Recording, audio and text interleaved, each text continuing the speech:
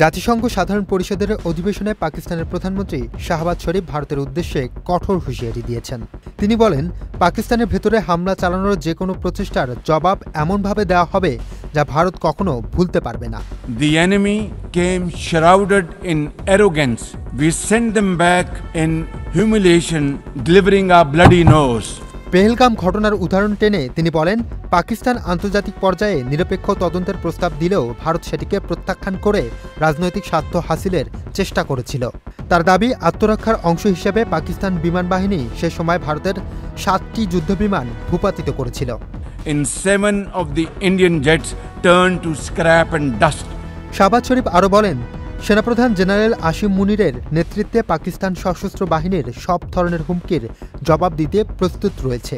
Sayyid Asim Munir mounted an operation of stunning professionalism, bravery and acumen.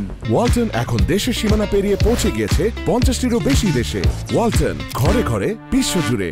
একই সঙ্গে তিনি সতর্ক করেন, সিন্ধু পানি চুক্তি পাকিস্তানের জন্য জীবনরেখার মতো গুরুত্বপূর্ণ। এ চুক্তি ভঙ্গের চেষ্টা আসলে যুদ্ধ ঘোষণার সমতুল্য হবে। ভাষণে তিনি উল্লেখ করেন, সংকটকালে যুক্তরাষ্ট্রের তৎকালীন প্রেসিডেন্ট ডোনাল্ড ট্রাম্প মধ্যস্থতা করে ভারত পাকিস্তানের মধ্যে যুদ্ধবিরতির নিশ্চিত করেছিলেন। এজন্য কৃতজ্ঞতা প্রকাশ করতে পাকিস্তান তাকে নোবেল শান্তি পুরস্কারের জন্য মনোনয়ন দিয়েছিলেন।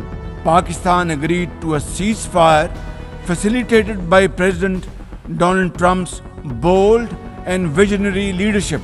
শাহবাজ শরীফ কৃতজ্ঞতা জানান মিত্র দেশগুলোর সমর্থনের প্রতিও। একই সঙ্গে তিনি ইসরায়েল ফিলিস্তিন সংঘাত ও জলবায়ু পরিবর্তনের কারণে পাকিস্তানের সৃষ্ট ভয়াবহ বন্যা প্রসঙ্গও তোলেন।